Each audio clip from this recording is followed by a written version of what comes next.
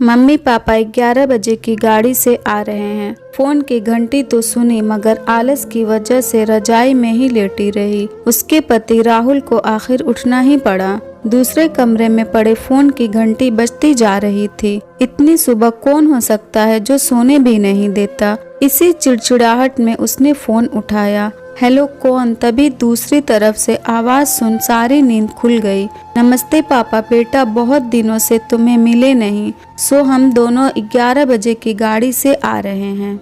दोपहर का खाना साथ में खाकर हम 4 बजे की गाड़ी से वापस लौट जाएंगे। ठीक है हाँ पापा, मैं स्टेशन पर आपको लेने आ जाऊंगा। फोन रखकर वापस कमरे में आकर उसने रचना को बताया कि मम्मी पापा 11 बजे की गाड़ी से आ रहे हैं और दोपहर का खाना हमारे साथ ही खाएंगे। रजाई में घुसी रचना का पारा एकदम 7वें आसमान पर चढ़ गया। कोई इतवार को भी सोने नहीं देता, अब सबके लिए खाना बनाओ, पूरी नौकरानी बना दिया है। गुस्से से उठी और बाथरूम में घुस गई। राहुल हक्का बक्का हो उसे देखता ही रह गया। जब वो बाहर आई तो राहुल ने पूछा क्या बनाओगी? गुस्से से भरी रचना ने तुनक के जवाब दिया, अपने को तल के खिला दूंगी। राहुल चुप रहा और मुस्कुराता हुआ तैयार होने में लग गया। स्टेशन जो जाना था। थोड़ी देर बाद गुस्सैल रचना को बोलकर वो मम्मी पापा को लेने स्टेशन जा रहा है। वो घर से निकल गया। रचना गुस्से में बड़बड़ाते हुए खाना बना रही थी। दाल सब्जी में नमक मसाले ठीक है या नहीं की परवाह किए बिना बस करछी चलाए जा रही थी।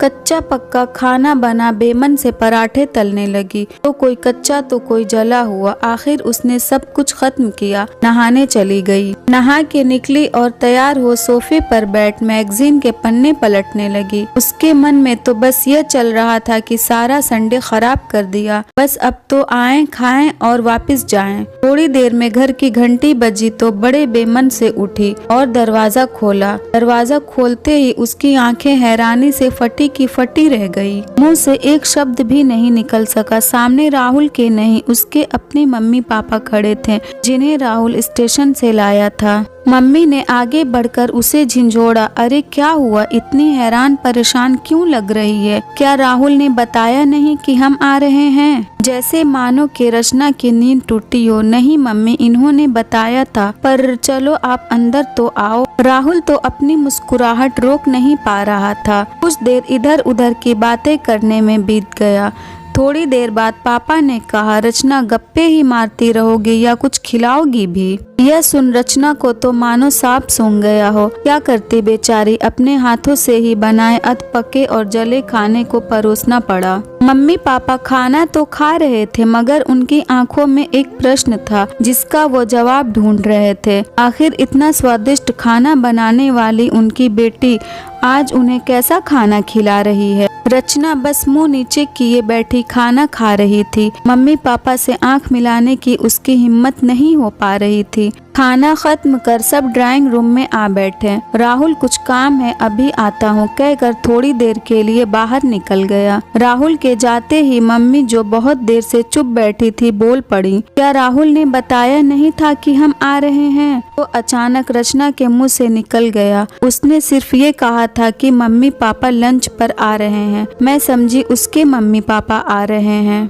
फिर क्या था? रचना की मम्मी को समझते देर नहीं लगी कि ये मामला है। बहुत दुखी मन से उन्होंने रचना को समझाया, बेटी हम हो या उसके मम्मी पापा, तुम्हें तो बराबर का सम्मान करना चाहिए। मम्मी पापा क्या कोई भी घर आए तो खुशी खुशी अपनी हैसियत के मुताबिक उसकी सेवा करो। बेटी जितना किसी को सम्मान दोगी उतना ही तुम्हें प्यार और इज्जत मिलेगी। जैसे राहुल हमारी इज्जत करता है उसी तरह तुम्हें भी उसके माता पिता और संबंधियों की इज्जत करनी चाहिए। रिश्ता कोई भी हो, हमारा या उसका, कभी फर्क नहीं करना। रचना की आंखों में आंसू आ गए और अपने को शर्मिंदा महसूस कर उसने मम्मी को वचन दिया कि आज के बाद फिर ऐसा कभी नहीं होगा। अगर ये स्टोरी आपको अच्छी लगी हो तो हमारे वीडियो को लाइक करें और नए हैं तो चैनल को भी सब्सक्राइब करें।